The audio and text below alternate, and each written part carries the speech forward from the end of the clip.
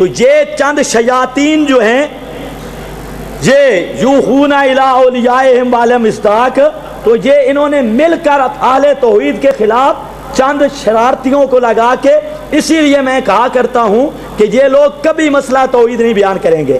اب گجرانوالہ میں ڈاکٹر اشرف آصف جلالی ہے، بریلویوں کا بڑا مولوی ہے، بغداد کا فارغ، اس نے چیلنج کیا لاہور میں، اور وہاں پر مولانا احمد علی صاحب لاہوری رحمہ اللہ کی قبر کی طرف اس عرفان مشہدی ایک بہت بڑا ملعون پیر ہے، اس نے ہاتھ کروائے کہ احمد علی کی قبر کی طرف ہاتھ کر کے کہو احمد علی پہ لعنت ہو۔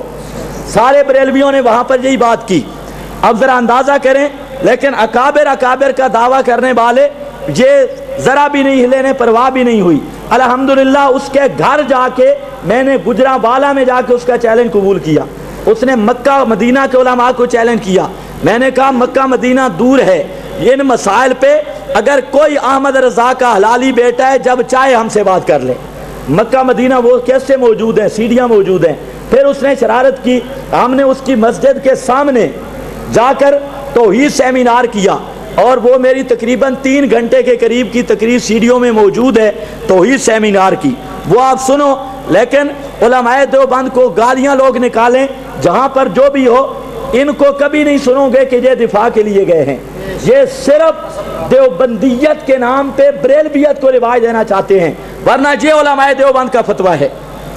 دارالعلوم دیوبند، ہم صاحب کہتے ہیں دلیل کتاب اللہ ہوا کرتی ہے، دلیل پیارے پیغمبر کی سنت ہوتی ہے۔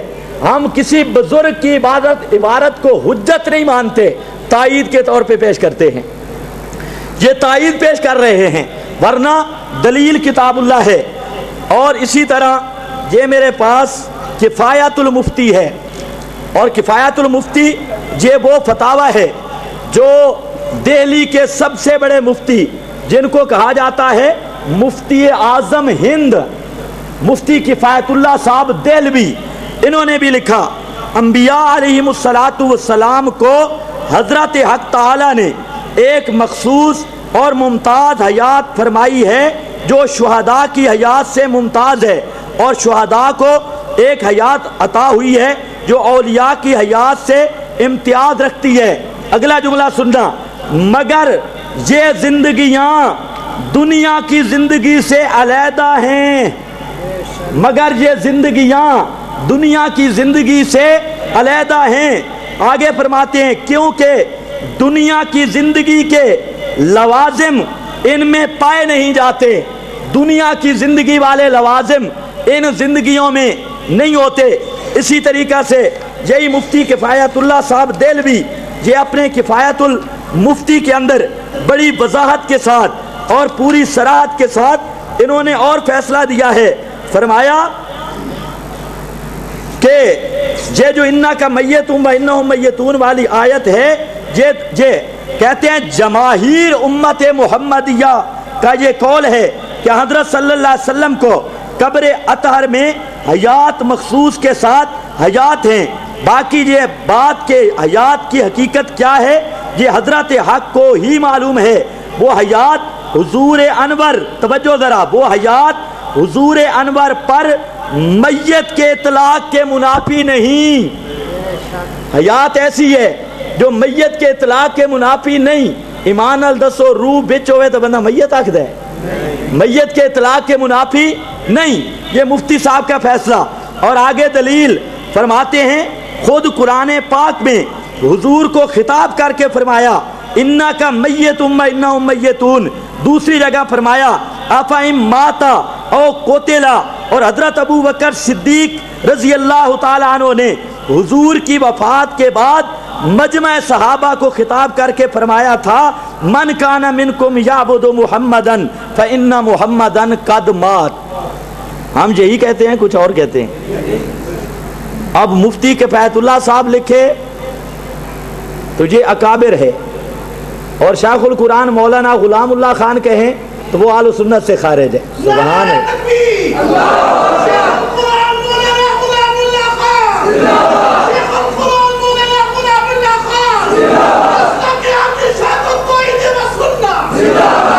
یہ جو مجھ سے پہلے ہمارے ایک بزرگ آپ سے بات کر رہے تھے، آپ نے سمجھا شاید کوئی ویسے بوڑھا ہے، لیکن یہ بوڑھا اتنا بڑا خوش قسمت ہے کہ یہ حضرت مولانا حسین علی صاحب رحمہ اللہ کے مرید بھی ہیں اور شاگرد بھی ہیں۔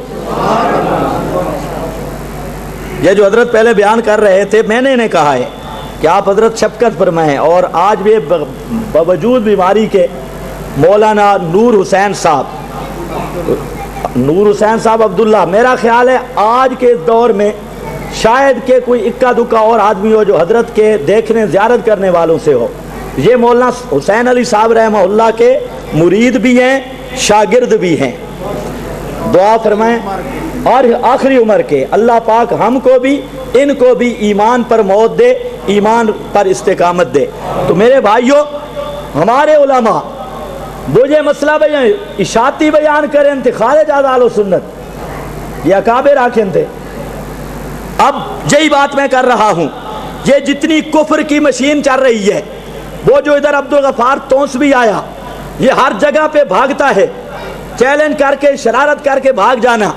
سنا ہے اس نے کفر کا فتویٰ لگایا اہل حق پر، اشاعت التوحید والوں پر کفر کا فتویٰ دیا، اور یہ ہر جگہ پہ کفر کے فتوے لگاتے ہیں۔ لیکن آج فیصلہ کن بات ہے، ہمارا مطالبہ ہے قرآن مقدس کی صرف ایک آیت، قرآن مقدس کی صرف ایک آیت جس کا یہ ترجمہ ہو کہ انبیاء کرام یا شہداء یا کسی طبقہ کے بارے میں کہ ان کی ارواح دفن کے بعد پھر ابدان انسریہ میں واپس آ جاتی ہیں۔ کعبہ کے رب کی قسم پوری زندگی ہم غلامی قبول کرنے کے لیے تیار ہیں۔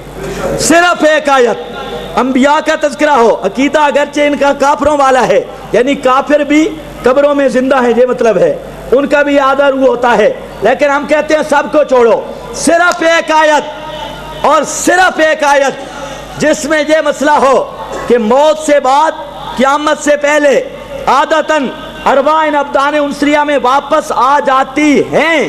کعبہ کے رب کی قسم پھر اٹھا کے کہہ رہا ہوں، ہم پوری زندگی غلامی بھی قبول کریں گے، منہ مانگا انعام بھی دیں گے، لیکن قیامت آ جائے گی اور سورج بجائے مشرق کے مغرب سے طلوع کر لے گا، لیکن کائنات کا کوئی مولوی ایسی آیت نہیں دکھلا سکتا۔ پھر کیوں نہیں مانتا فَيُمْسِكُ الَّتِي قَضَىٰ عَلَيْهَا الْمَوْتَ؟ پھر کیوں نہیں مانتا اِذَا النُّفُوسُ زُوِّجَتْ؟ پھر کیوں نہیں مانتا انکم بعد ذالک لمیتون ثم انکم یوم القیامت تبعثون؟ پھر کیوں نہیں مانتا انک میت و انہم میتون؟ پھر کیوں نہیں مانتا سلام علی یوم ولدت و یوم اموت و یوم ابعث حیا یوم یبعث حیا الذی یمیتنی ثم یحیین؟ اٹھا بیان القرآن، الذی حضرت ابراہیم کہتے ہیں میرا رب وہ الذی یمیتنی جو مجھے موت دے گا۔ ثم تراخی کے لیے آتا ہے ثم، لیکن ماسٹروں کو کیا پتا ثم کیا یحیین؟ تمام مفسرین کہتے ہیں اے یوم القیامہ۔ حضرت تھانوی بھی کہتے ہیں یعنی پھر قیامت کے دن زندہ کرے گا۔ اب سوال ہے، زندگی تو آپ بھی مانتے ہیں، اشکال ہوا ہے، دوسری حدیث بھی آ گئی، اللہ کے محبوب فرمائے لَوَدِدْتُ أَنْ أُقْتَلَ فِي سَبِيلِ اللَّهِ ثُمَّ أُحْيَا ثُمَّ أُقْتَلْ ثُمَّ أُحْيَا ثُمَّ أُقْتَلْ۔ اللہ کے محبوب فرماتے ہیں میں پسند کرتا ہوں، دل کی تڑپ ہے اللہ کی راہ میں قتل ہو جاؤں، پھر زندہ کیا جاؤں، پھر قتل ہو جاؤں، پھر زندہ کیا جاؤں۔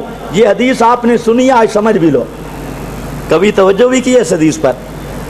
پیغمبر کہتے ہیں اقتل ثم احیا، ایمان سے بتا جو اللہ کی راہ میں قتل ہو وہ زندہ نہیں ہوتا؟ تو پھر کیا فرماتے ہیں ثم احیا، پھر مجھے زندہ کیا جائے۔ نہیں سمجھ آئی آپ کو؟ جو اللہ کی راہ میں مارا جائے وہ تو زندہ ہوتا ہے، لیکن اللہ کے محبوب کے ذرا لفظ سنو، اقتل ثم احیا، ثم اقتل ثم احیا، یا اللہ میں قتل ہوں پھر زندہ ہوں پھر قتل ہوں۔ وقت نہیں، چلو کتابوں کے حوالے خود دیکھ لینا، حوالہ دے دیتا ہوں، اقتل ثم احیا۔ تو یاد رکھنا مفسرین نے اور محدثین نے اس کے اندر تطبیق دی ہے، فرمایا جو شہادت کے بعد حیات ملتی ہے وہ آخرت کی حیات ہے، برزخ کی حیات ہے، جس میں روح بدن میں نہیں ہوتی، روح کہاں ہوتی ہے؟ اور جس اویا میں جس حیات کی تمنا ہے یہ وہ حیات ہے جس کے انتردہ ارواحنا فی اجسادنا والی، کہ ہماری روحوں کو بدنوں میں واپس کر دے۔ دنیا کی حیات ہوتی ہے روحیں بدنوں میں ہوں، تو جہاں اللہ کے محبوب فرماتے ہیں اویا، تو مطلب ہے میری روح کو بدن میں واپس کر، انتردہ ارواحنا فی اجسادنا، اور جہاں اقتل ہے وہ ارواحہم فی طیرن خضرن یعلق فی شجر الجنہ، وہ حیات ہے، اور یہ دونوں حیاتوں کا فرق ہے۔ بہرحال تو اگر تیرے پاس نہیں، میں پیش کرتا ہوں، ایک نہیں 80 کے قریب پیش کروں گا، مان تیری مرضی نہ مان تیری مرضی۔ چلو لمبی باتیں ہو گئی، مسئلہ سماعت تھوڑا کرتا ہوں، لیکن ایک قصیدہ سنو، کیونکہ اس علاقہ میں بڑی نعت خوانیاں ہوتی ہیں۔ آج ایک اور نعت بھی سنو، محفل نعت، پہلے دیوبندی ویسے نہیں کرتے تھے محفل نعت، یہ بھی اس طبقے کا ایک اثر ہے، محفل قرات اور محفل نعت۔ کیا ہے؟ دیوبندیوں کا کام تھا محفل درس قرآن، یہ جو ہم بیٹھے ہیں یہ علماء دیوبند کا کام تھا، بیٹھ جاتے اور قرآن پڑھاتے، مسئلہ سمجھاتے۔ لیکن بہرحال چلو یہ بڑے بزرگوں کا حوالہ بھی سن لو، یہ حضرت شاہ اسحاق محدث دہلوی